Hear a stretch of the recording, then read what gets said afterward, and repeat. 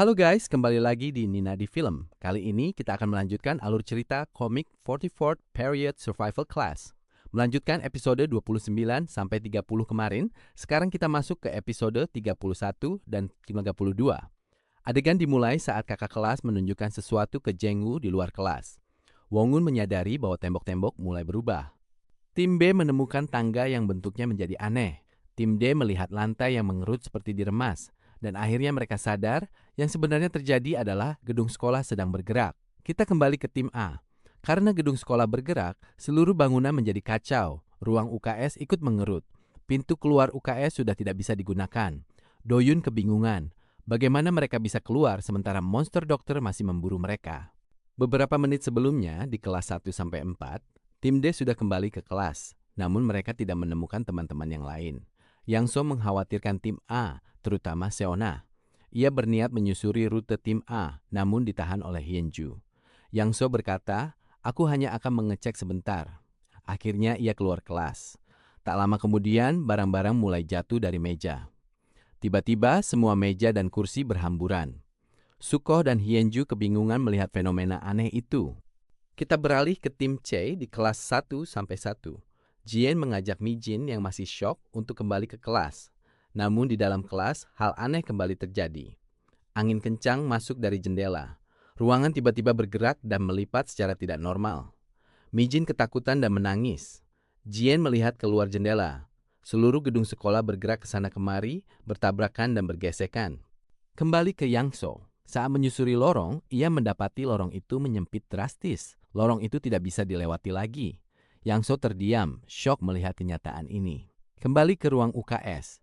Wong-woo ketakutan, namun masih berpikir positif. Ia yakin pasti ada jalan lain. Namun Do-hyun berkata, tidak ada jalan lain. Ia sudah menjelajahi seluruh UKS. Do-hyun bertanya pada Seona, apakah ia merasakan sesuatu sebelum masuk UKS. Seona menjawab, sebelum masuk ia merasakan getaran halus dari gedung ini. Tak lama setelah itu, UKS berubah menjadi seperti sekarang. Tiba-tiba Sujung menyalahkan Doyun. Dengan cutter di tangannya, ia marah dan mengancam Doyun. Menurut Sujung, jika Doyun tidak masuk UKS, semua ini tidak akan terjadi. Sona mencoba menenangkan Sujung, namun justru membuatnya semakin marah. Sujung menolak memaafkan Sona dan hendak menusuknya. Doyun panik. Ia sadar mengajak Sujung sejak awal adalah kesalahan. Namun Sujung tak tega. Ia menangis. Sona memeluk dan menenangkannya. Ia berkata, tenang, kita semua akan keluar dari sini. Sementara itu, di dalam labirin, bangunan labirin menekuk. Tirai keras seperti tembok tiba-tiba terbuka. Terdengar langkah kaki. Monster dokter muncul. Wajahnya semakin mengerikan. Entah sejak kapan, sebuah paku besar tertancap di wajahnya. Jam istirahat menunjukkan 35 menit tersisa.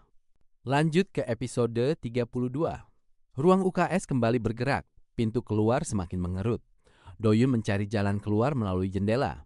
Ruang sebelah terlalu jauh.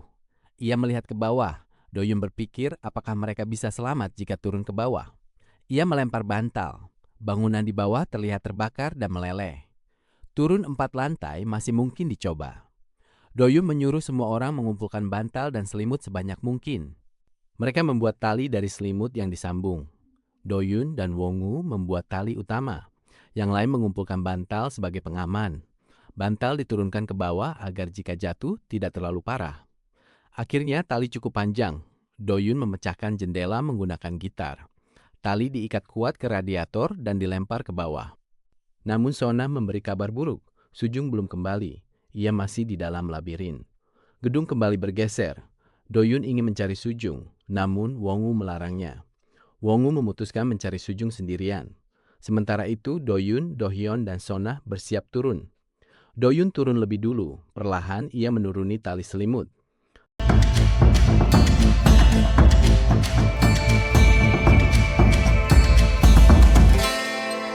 Tak lama kemudian Doyun sampai di bawah dengan selamat. Ia menyuruh yang lain untuk menunggu. Ia ingin memastikan ada jalan di bawah. Seona berkata, ia akan menyusul Wong-woo mencari Sujung. Hanya sebentar, katanya. Do-hyun ikut. Ia tidak ingin hanya diam dan merasa tidak berguna. Sementara itu, Wong-woo sudah berada di labirin. Ia memanggil-manggil Sujung. Tiba-tiba terdengar suara dari balik tirai. Sebuah tangan muncul. Itu tangan Sujung. Wongu bingung. Ia menjelaskan bahwa tali sudah siap dan mereka harus segera turun. Namun Sujung menarik lengannya.